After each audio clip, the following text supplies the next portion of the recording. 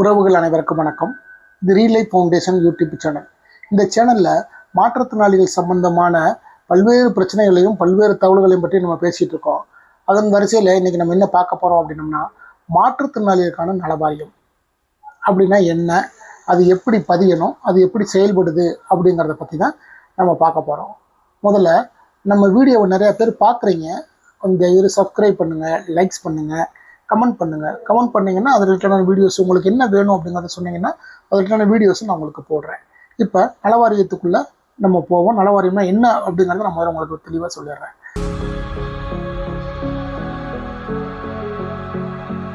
சமூக நீதி பாதுகாப்பு அப்படிங்கிற ஒரு மையத்தை வச்சு தான் இந்த நலவாரியம் அப்படிங்கிறது ஆரம்பித்தாங்க. சமூக நீதி பாதுகாப்புனா என்ன? இப்போ ஒரு அரசு ஊழியர் இருக்கிறாரு, அவருக்கு விபத்து ஏற்படுது, ஏதோ ஒன்று நடக்குது அப்படின்னா அவருக்கான அந்த இஎஸ்ஐ, பிஎஃப், ப்ராட்மெண்ட்டு, இந்த இன்சூரன்ஸ் இது எல்லாமே கிளைம் ஆயிரும்.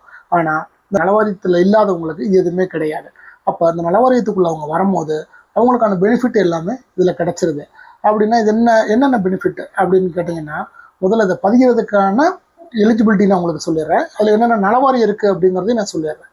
என்னென்ன நலம் இருக்குன்னா, கட்டுமானம், உடல் உழைப்பு, தையல் நலவாரியம், அப்புறம் பார்த்தீங்கன்னா தீப்பெட்டி தொழிலாளர் நலவாரியம் அப்படிங்கிற ஒவ்வொரு சமூகத்தை சேர்ந்த ஒவ்வொரு தொழில் சார்ந்த உங்களுக்கும் இதில் நலவாரியம் இருக்குது, தனித்தனியாக இருக்குது.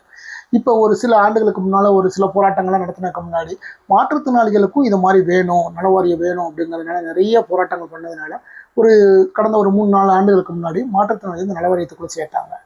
இது ரெண்டுக்கும் உள்ள டிஃப்ரெண்ட் வயசு வித்தியாசங்கள் சொல்கிறேன். இப்போ உடல் உழைப்பு, கட்டுமானம் இவங்கெல்லாம் இருக்காங்க இல்லையா, இவங்களுக்கு வயசு என்னன்னு கேட்டிங்கன்னா 18 55 வயது வரைக்கும் எலிஜிபிலிட்டி உண்டு, பதிஞ்சுக்கலாம். ஆனால் மாற்றுத்திறனாளிக்கு அது கிடையாது. 10 வயசு ஆயிடுச்சுன்னா ஒரு தடவை பதிஞ்சா போதும், கடைசி வரைக்கும் நம்ம அந்த அட்டையை யூஸ் பண்ணிக்கலாம். ஆனால் இதே அவங்க எப்படின்னு கேட்டிங்கன்னா, அதாவது உடல் உழைப்பு கட்டுமான தொழிலாளர் உள்ளவங்க 3 ஆண்டுகளுக்கு ஒரு முறை இது புதுப்பிச்சுக்கிட்டே இருக்கணும். ஆள் இருக்கும் அப்படிங்கிறதுக்கு 3 ஆண்டுகளுக்கு ஒரு முறை புதுப்பிச்சுக்கிட்டே இருந்தால் தான் இந்த அட்டை ரினியூவல் ஆகும். கடைசி அவங்களுக்கு 60 வயசில் அந்த பென்ஷன் மித்தபடி மேற்படி அவங்களுக்கு கூட ஏதாவது விபத்து ஏற்பட்டோ செஞ்சாலோ அந்த கிளைம் எல்லாம் வாங்கணும் அப்படின்னா கண்டிப்பான முறையில் அவங்க அட்டையை கண்டிப்பாக 3 ஆண்டுகள் ஒரு முறை ரினியூவல் பண்ணியே இருக்கணும். ஆனால் மாற்றுத்திறனாளிக்கு அந்த கட்டாயம் கிடையாது. இந்த மாற்றுத்திறனாளிக்கு என்னென்ன சலுகைகள்லாம் இருக்குது அப்படின்னா, ஒரு மாற்றுத்திறனாளி இந்த நலவாரியத்தில் இருக்கும்போது சப்போஸ் ஒரு எதிர்பாராதமாக ஒரு விபத்து ஏற்பட்டுச்சு அப்படின்னா அவருக்கு 1 லட்ச ரூபா கொடுத்துட்றாங்க. அதே இந்த மாற்றுத்திறனாளி இயற்கை மரணம் ஏற்பட்டால் நலவாரியத்தின் மூலியமாக 15,000 ப்ளஸ் அந்த ஈமக்கரிய காரியத்துக்கு 2,000 17,000 ரூபாயும் கொடுக்குறாங்க. இதை எப்படி வாங்கலாம் அப்படின்னு கேட்டிங்கன்னா,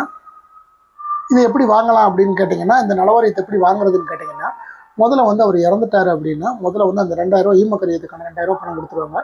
அதுக்கப்புறம் இந்த 15,000 வாங்குறதுக்கு என்ன வழி அப்படின்னு கேட்கும் போது என்ன செய்கிறாங்க அப்படின்னு கேட்டிங்கன்னா, அவருடைய இறந்தவரோட இறந்த சான்று, இறப்பு சான்று, வாரிசு சான்று இது எல்லாத்தையும் வச்சு இவருக்கு அடுத்து இவங்க தான் இவங்க வாரிசு அப்படிங்கிறத மாதிரி நம்ம ஒரு மனுவை எழுதி, என்ன மாதிரி இவர் இறந்து போயிட்டாரு, நான் அவருடைய மனைவி, கணவன், நான் அவரோட மகன், பிள்ளை, ஏதோ ஒரு உறவுமுறை அவங்க அந்த உறவுமுறை போட்டு இவங்கெல்லாம் இறந்துட்டதுனால எனக்கு அந்த மீதம் உள்ள அந்த 15,000 நலவாரியத்துக்குள்ள 15,000 கொடுக்குமாறு கேட்டுக்கொள்கிறேன்னு சொல்லி ஒரு மனுவை கொடுத்தாச்சு அப்படின்னா அவங்க பரிசீலனை பண்ணி ஆட்டோமேட்டிக்காக ஒரு 2 to 3 மாதத்துக்குள்ளே இவங்களுக்கு அந்த இதை செக்காக கொடுத்துருவாங்க. இது ஒன்று. அது போக இன்னொன்று என்னென்னு கேட்டிங்கன்னா, கண்ணு ரொம்ப ஒரு மாதிரியாக தெரியுது, கண்ணு உறுத்துது அப்படின்னா நம்ம என்ன செய்யணும், ப்ரைவேட்டில் வெளியே தனியாரில் செக் பண்ணி கண்ணாடியெல்லாம் போட்டுட்டு அதுக்கான பில்லை வாங்கிட்டு வந்துடணும். அந்த பில்லை வாங்கிட்டு என்ன செய்யணும்னா நலவாரியத்தில் கொடுத்தோம்னா அவங்க இதெல்லாம் செக் பண்ணிவிட்டு ஓகே அப்படின்றது, ஐயா அது மாதிரி எனக்கு கண் பார்வை இதாக இருந்துச்சு, நான் இந்த மாதிரி இந்த கண் கண்ணாடியத்தில் போய் செக் பண்ணேன், இந்த ஹாஸ்பிட்டலில் செக் பண்ணேன், இது செக் பண்ணதுக்கு எனக்கு இந்த மாதிரி கண்ணாடி கொடுத்தாங்க, நான் வாங்கிட்டேன், அதுக்கான பில்லு கொடுத்தீங்கன்னா அதுக்கு என்னென்னு கேட்டிங்கன்னா ஒரு 500 ரூபா ஏற்றுவாங்க. அதே மாதிரி மாற்றுத்திறனாளிகள் பெண்கள் மாசமாக இருந்தால், அதாவது கர்ப்பமாக இருந்தால் அதுக்கு பணம் உண்டு. ஆனால் இப்போ நம்ம ஆரம்ப சுகாதாரத்திலேயும் அவங்களே பிரைமரி ஹெல்த் சென்டர்லேயே அவங்களே பதிஞ்சு செஞ்சு 18,000 ரூபா கொடுத்துட்றாங்க.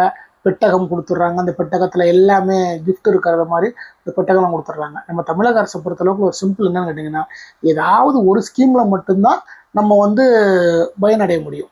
ஒரே நபர் இதுலேயே வாங்கணும் அதுலேயே வாங்கணும்னா வாங்க முடியாது, அதை விட மாட்டாங்க. ஏதாவது ஒரு ஸ்கீம், அதனால ஆதாரை போய் லிங்க் பண்ணி விட்டுறாங்க. அந்த ஆதார் நம்பர் போட்ட உடனேவும் நீங்கள் எதாவதெல்லாம் இதுக்கு முன்னாடி வாங்கியிருக்கீங்க அப்படிங்கிற அந்த லிஸ்ட்டை ஒன்று உங்களுக்கு வந்துடுது. அதனால அவங்க தரமாட்டாங்க, ஏதாவது ஒன்று தான் வாங்க முடியும். அதே மாதிரி மாற்றுத்திறனாளிகள் கருக்கலைப்பு அதுக்கும் பணம் கொடுக்குறாங்க. யாரும் மேக்ஸிமம் இப்போ அது நடக்கிறது இல்லை, கடவுள் புண்ணியத்தில் அது நடக்கவும் கூடாது. நம்மளே ஒரு மாற்றுத்திறனாளி, நமக்கு ஒரு ஜீவன் உருவாகும் போது அதை ஏன் கலையணுங்கிற வார்த்தையை நம்ம பேசணும், அது பேச வேண்டாம். அதனால வந்து நடக்கக்கூடாது. இது மாதிரி எல்லா இதுக்குமே படிக்கிற குழந்தைகளுக்கு பணம் கொடுக்குறாங்க. படிக்கிற குழந்தை நம்ம மாற்றுத்திறனாளியாக இருக்க குழந்தைகள் நம்ம மாற்றுத்திறனாளியாக இருக்கும்போது நம்மளுடைய குழந்தைகள் படிக்கும்போது அதுகளுக்கும் வந்து அந்த ஸ்காலர்ஷிப் மாதிரி வருஷத்துக்கு ஒரு தடவை அமௌண்ட் கொடுக்குறாங்க. 6ஆப்லேருந்து +2 வரைக்கும் வாங்கிக்கலாம். காலேஜ் வாங்கிக்கலாம், யூஜி வாங்கிக்கலாம், பிஜி வாங்கிக்கலாம். எல்லாத்துக்குமே மேற்படிப்பு, பட்ட மேற்படிப்பு எல்லாத்துக்குமே வாங்கிக்கலாம். இதை மாதிரி மாற்றுத்திறனாளிகள் நல வாரியத்தில் நிறைய பெனிஃபிட் இருக்குது. அதனால் ஒவ்வொரு மாற்றுத்திறனாளி இருக்கிறவங்க தயவு செய்து உங்கள் மாற்றுத்திறனாளி புக்கு எடுத்து பாருங்கள். பார்த்தீங்கன்னா ஃபஸ்ட் பேஜ் திறந்த உடனேவும் உங்கள் ஃபோட்டோ ஒட்டியிருக்கும். அதே இதில் லெஃப்ட் அந்த ப்ளூ கலர் இதில் ஒரு சில இதில் வந்து அங்கனக்குள்ள சீல் வச்சு ஒட்டியிருப்பாங்க. இல்லைன்னா புக்குக்குள்ளே உள்ள வரைக்கும் போது மாற்றுத்திறனாளிகளுக்கு என்னென்ன பொருட்கள்லாம் கொடுத்துருக்காங்க, 3 சக்கர வண்டி, பேட்ரி வண்டி, க்ரச்சஸ், அதாவது கம்பு ஊனி நடக்கிறது, வீல் சேர், அந்த இதெல்லாம் கொடுத்துருப்பாங்க இல்லையா. அந்த இதுலேயும் பார்த்தீங்கன்னா அதில் ஒரு சில இதில் சீல் வச்சு ஒரு மாற்றுத்திறனாளிகள் நம்பர் எல்லாமே போட்டிருப்பாங்க. அப்படி யாராவது உங்களுக்கு தெரிஞ்ச நண்பர்கள், உங்களுக்கு கூட இருக்கிறவங்க அந்த நலவாரிய அட்டை இல்லை அப்படின்னா தயவு செய்து அவங்கள கூட்டிகிட்டு போய் முதல்ல வந்து அந்த நலவாரியத்தை பதிவு பண்ணிக்கோங்க. ரொம்ப முக்கியம். இது நலவாரியத்தினாலும் நிறைய பெனிஃபிட் இருக்குது. அதனால தயவுசெய்து எல்லா மாற்றுத்திறனாளிகளும் இந்த நலவாரியத்தை பதிஞ்சு வச்சுக்கோங்க. இந்த வீடியோ உங்களுக்கு பிடிச்சிருக்குன்னு நினைக்கிறேன். இந்த மாதிரி நிறைய வீடியோக்கள் நான் போடுறதுக்கு எங்களுக்கு இந்த சேனல் நீங்கள் சப்ஸ்கிரைப் பண்ணணும், லைக்ஸ் பண்ணணும், கமெண்ட்ஸ் பண்ணுங்கள், ஷேர் பண்ணுங்கள், உங்களுடைய நண்பர்களுக்கெல்லாம் சொல்லுங்கள். இந்த மாதிரி வேறு ஏதாவது உங்களுக்கு தகவல் தெரியணும் அப்படின்னா அது ரிலேட்டடான வீடியோஸ்லாம் நான் உங்களுக்கு போடுறேன். தயவுசெய்து நலவாரியத்தை பதிஞ்சுக்கோங்க. நன்றி, வணக்கம்.